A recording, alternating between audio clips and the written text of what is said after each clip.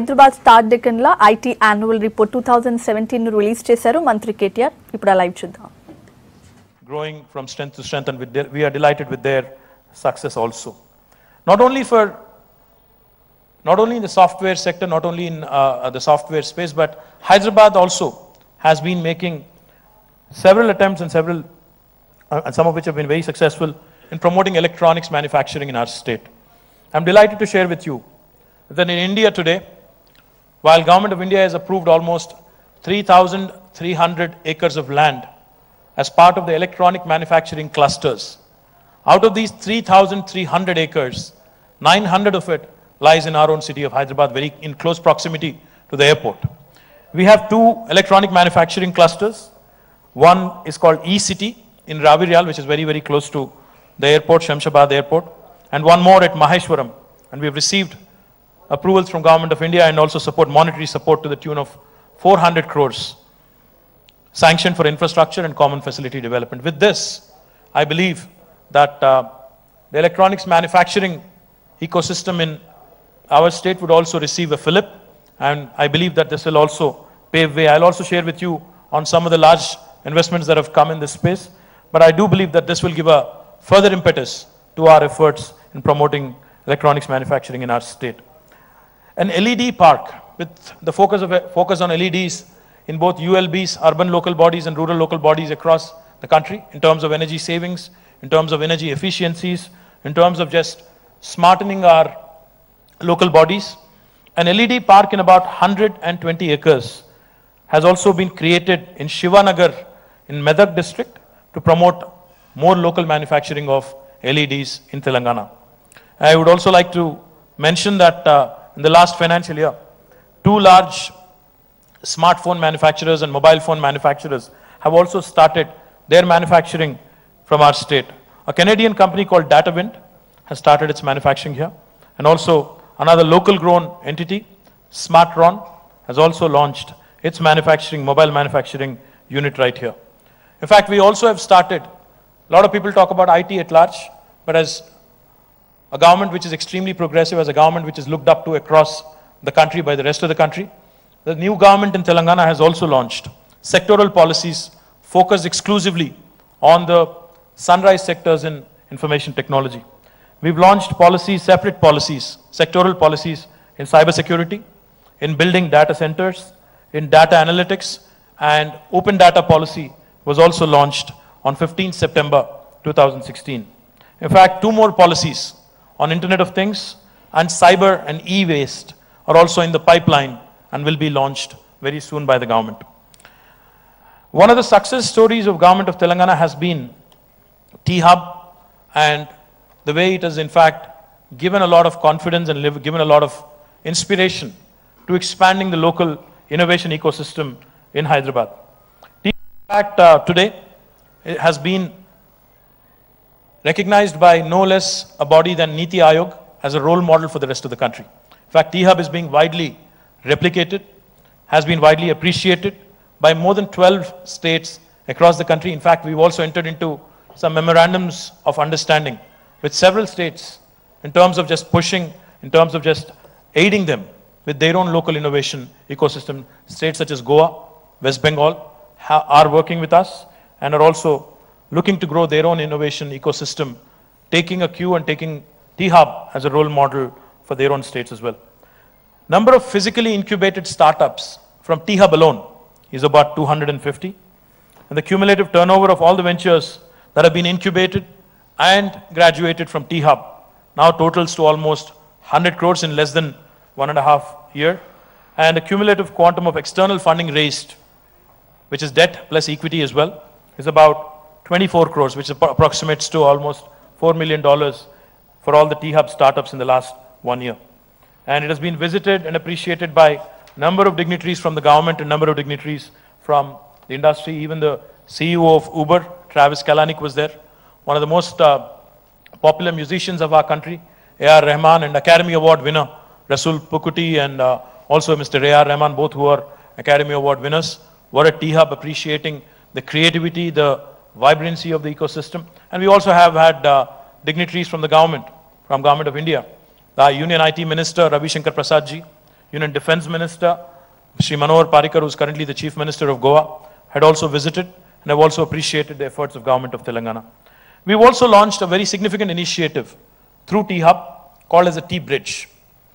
T-Bridge, in fact, is shaping up rather well. In fact, I was in the Valley as of last week, in Silicon Valley in California, and T-Bridge is an initiative that is extremely well received and well appreciated by the ecosystem there as well. A lot of American startups who are looking at India as a market will be facilitated to enter the Indian market through T-Bridge, and vice versa as well. Any Indian startup wanting to go in and raise money or enter the American or global ecosystem is also facilitated by way of T-Bridge. We've inaugurated a facility, an outpost for T-Bridge, for T-Hub rather, in the Valley in the form of T-Bridge. It is shaping up rather well, and we are hoping to have some significant success stories rather, in the later part of this year. We've also launched, for this T-Bridge program, we've also launched at Uber's headquarters a program called Uber Exchange, and we've also started working with the Thai Silicon Valley chapter, and also the state of California's its own state-owned incubator called iHub. So T-Hub has not only started forging out more partnerships and more relationships across the world, in fact, it is trying to make significant inroads into the Valley ecosystem, which I believe will pay off rich dividends in days to come as well.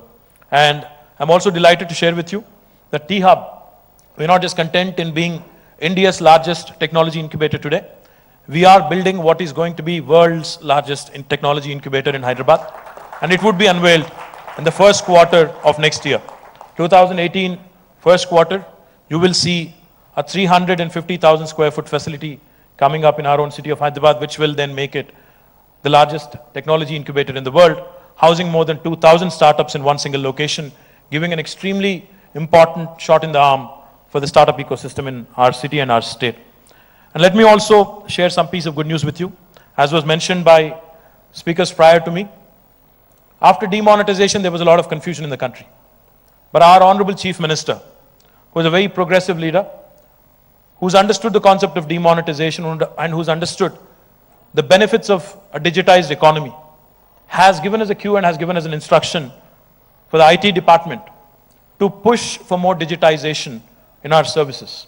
And as a result, I'm delighted to share with you today, after demonetization in November 2016, today Telangana continues to rank as the #1 state in India in terms of e-transactions per 1,000 population as per e-Tal, which I'm delighted also was Mr. Satyanarayana's brainchild when he was the Union IT Secretary in Government of India. This portal recognizes the number of e-transactions that happen in each state, and I'm delighted to share with you that e-governance initiatives are paying rich dividends, and we continue to grow in this sector as well. In fact, I'm also delighted to share with you that e-Seva and me-Seva of the Electronic Services Delivery Wing of IT&C Department continue to deliver excellent services covering almost 600 services of 40 departments and through a network of 4,200 centers spread across the state of Telangana. This is by far the largest number of such service centers for any state in the country, and this gives us the much needed coverage in terms of reach, in terms of ensuring services are delivered very efficiently across the state to the citizens of the state. In fact, I'm also delighted to share with you that we've achieved a number of unique distinctions this year through our e-governance initiative through Me Seva and e-Seva. Almost 3,62,46,570 citizens, which approximates to almost our state's population. In fact, Telangana's population is about 3,60,00,000 according to 2011 census. That's exactly the number of people that we've served in 1 year, 2016 and 17, and roughly serving almost 1,00,000 citizens per day.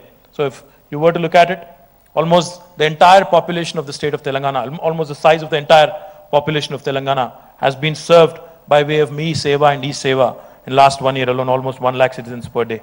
And also, we've achieved a significant distinction of serving 3,00,000 citizens on a single day, which was a record for us. In fact, that was a test for our capacity as well, capacity for, and infrastructure as well.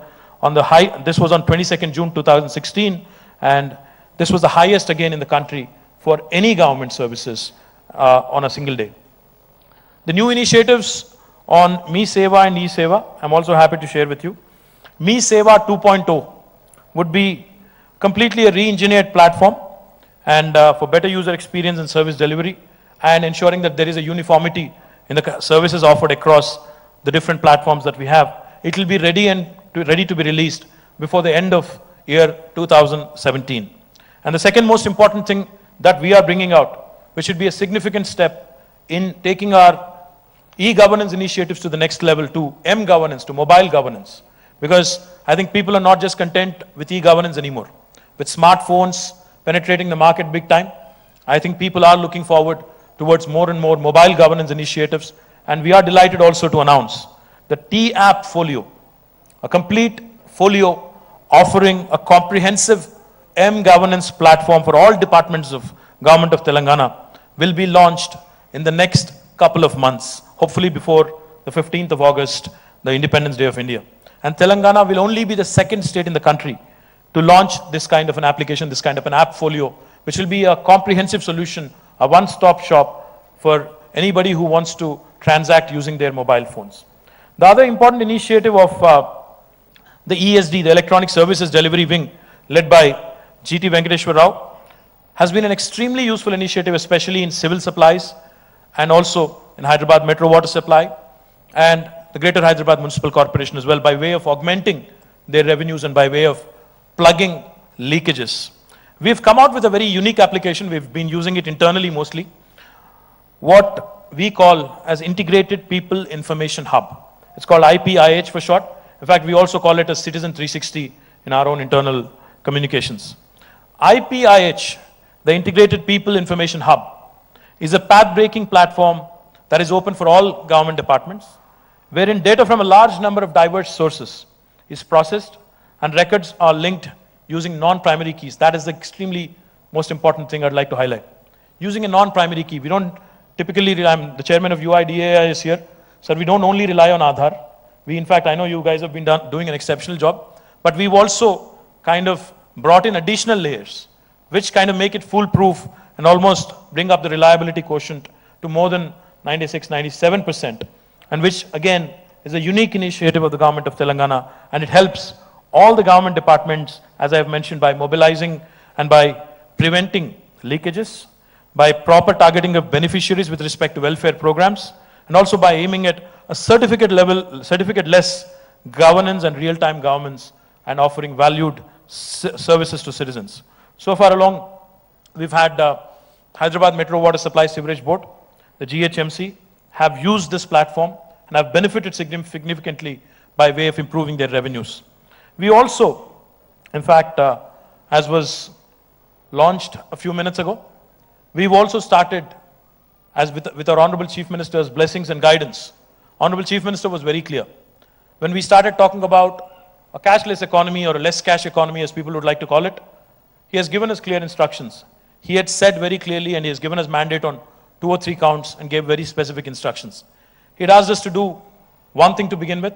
He said any government to citizen interface wherein a transaction, a financial transaction happens, be it from the citizen to the government or from the government to the citizen in the form of a pension payment or